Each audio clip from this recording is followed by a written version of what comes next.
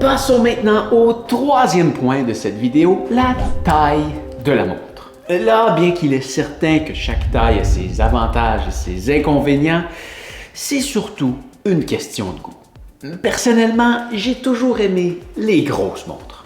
Je les trouve physiquement plus belles et j'apprécie avoir ce gros caillou au poignet. Avoir une grosse montre me permet dans ce cas-ci d'avoir un plus gros écran.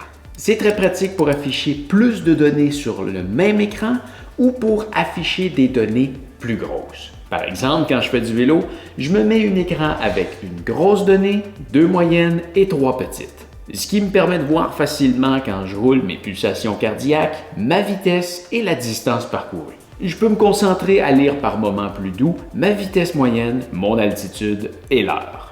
Par contre, lorsque je pratique une activité plus lente, comme de la marche ou du hiking, là, avec mes jeunes yeux encore en santé, je peux me permettre de mettre 9 petites données que je peux lire en toute aisance.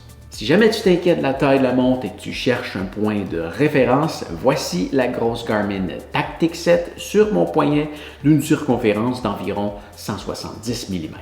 C'est une montre de 51 mm. À mon avis, quand tu la portes pour la première fois, ça fait très gros, mais ça ne m'a pris que quelques heures pour m'y habituer. Aujourd'hui, je la sens presque plus à mon poignet. Bon, cela dit, il y a quand même quelques désavantages à avoir une grosse montre au poignet. Ça peut être encombrant lorsque tu fais certaines activités.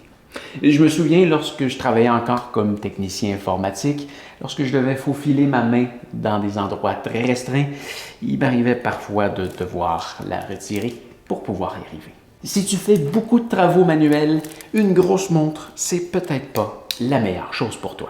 Dans mon cas aujourd'hui, le seul moment où elle vient me déranger, c'est au gym, dans certaines positions, surtout sur les machines.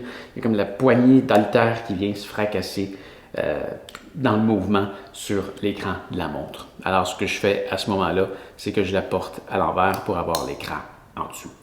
Mais sinon, c'est vraiment tout. Cette vidéo est un extrait du guide d'achat de montres de sport le plus complet de YouTube. Si jamais tu veux voir la vidéo en entier, tu peux aller juste ici.